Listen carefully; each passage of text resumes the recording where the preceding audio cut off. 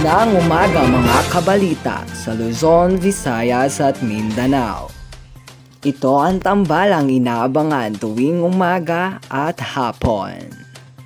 Inyong tagapagatid ng mga sariwang balita, Ariel Paragapito. And I am Erica Santos at your service.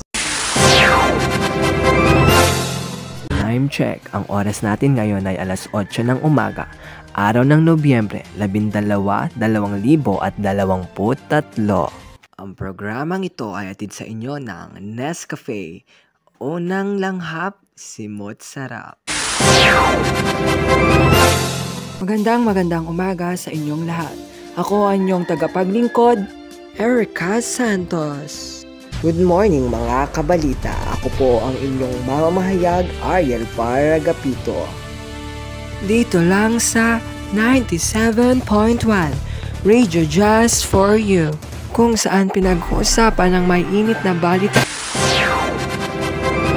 Ano nga ba ang ganap ngayon? Naku partner, sariwang-sariwa pa ang isyong ating ibabalita at mauusisa ngayong araw na ito. At isa na dito ang isang bata sa Santa Cruz, 17 taong gulang. Di umano'y nalunod sa Kawa-Kawa Falls. Alam mo ba partner, sa daw ng pagkalunod ng batang ito ay dahil sa pagkadulas at sa kasamaang palad, nadulas pa siya sa mismong malalim na parte ng talon. O ano naman ang chika mo dyan partner? Ay partner, base naman sa pakikipanayam ko sa pamilya ng bata, labis ang pagkalungkot ng pamilya Constantino nang dahil sa sinapit ng kanilang anak. At alam mo ba partner, ang tanging pagpapaalam lang daw ng batang ito ay magsisimba lamang kasama ang mga kaibigan. Ay naku partner, madami talaga ang ganyang klase ng kaso ngayon dahil nga sa summer at bakasyon ng mga bata. Nakakaisip sila na mag-outing without permission ng kanilang mga magulang.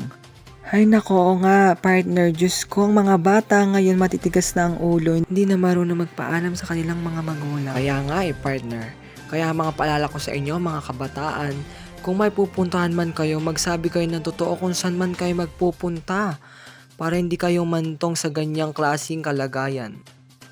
At dito na nagtatapos ang ating balitaan ngayong umaga. Muli ako ang inyong lingkod, Ariel Paragapito. At ako nga po pala si Erica Santos.